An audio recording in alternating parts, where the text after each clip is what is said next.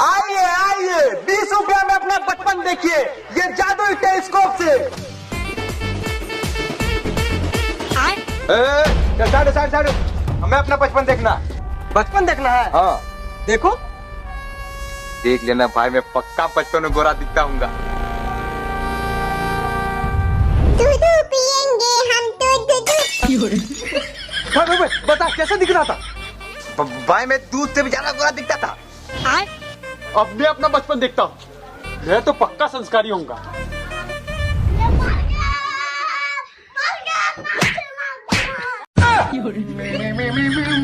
भाई बता तू क्या देखा? भाई मैं तो बचपन में अपने मम्मी का पैर दबा रहा था। अबे सालो, तुम लोग बचपन में भी सुअरी थे, अभी भी सुअरे हो। पैसा कौन देगा तुम्हारे पास?